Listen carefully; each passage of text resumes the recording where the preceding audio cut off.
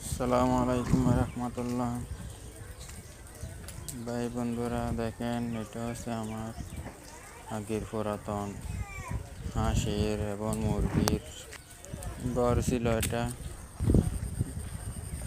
এখন একটা নতুন করে খামারের জন্য ঘর তৈরি করতেছি, আপনাদেরকে দেখাবো কিছুক্ষণ পর।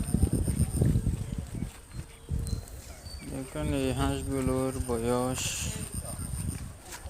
25 থেকে 26 দিন হচ্ছে।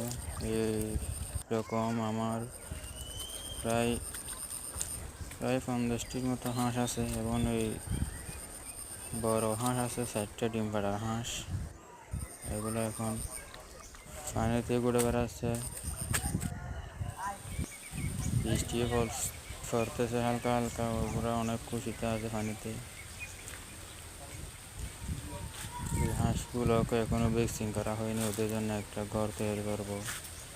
আগের একটা পুরাতন ঘর ছিল আমাদের গরুর, এটা এখন গরু না, সেই জন্য ওটার মধ্যে পরিষ্কার করে সে খামার করবো। এখানে এটা হচ্ছে আমার একটা আবদ্ধ জায়গা, এখানে হাঁসগুলা পালন করবো। একটা চীনা হাঁস আছে, 10টা বাচ্চা নিয়ে। দেখেন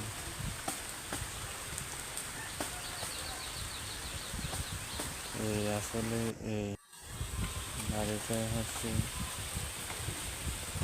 হাঁসের ঘর, এটা আমি প্রস্তুত করে নেব।